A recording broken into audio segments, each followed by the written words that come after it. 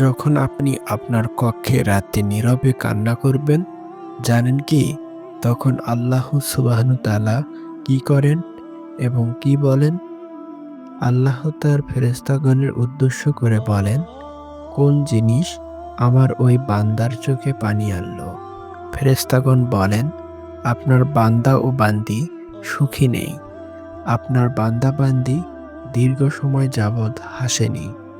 এই বলে ফেরেশতাগণ বান্দার জন্য কান্না করতে থাকেন এবং আল্লাহকে বলেন, হে আমার রব, আপনি জানেন আপনার এই বান্দার হৃদয়ে কি রয়েছে। অতএব আপনি তার জন্য সবকিছু সহজ করে দিন। আল্লাহ বলেন, আমার এই বান্দা এমন কিছু তার জীবন থেকে হারিয়ে ফেলেছে যা সে অধিক ভালোবেসেছিল। অতএব আল্লাহ বলেন, আমি শপথ করছি আমার বান্দা ও বান্দি যা তার জীবন থেকে হারিয়ে ফেলেছে এর চেয়ে উত্তম জিনিস তাকে এনে দিব, যা দেখে দুনিয়া ও আখিরাতে সকলেই বিস্মিত হবে। সুবহানাল্লাহ।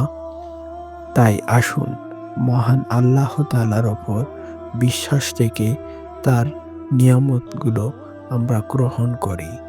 ভিডিওটি ভালো লাগলে আমাদের চ্যানেলটি সাবস্ক্রাইব করে আমাদের পাশে থাকবেন। আসসালামু আলাইকুম ওয়া রাহমাতুল্লাহি ওয়া বারাকাতুহু।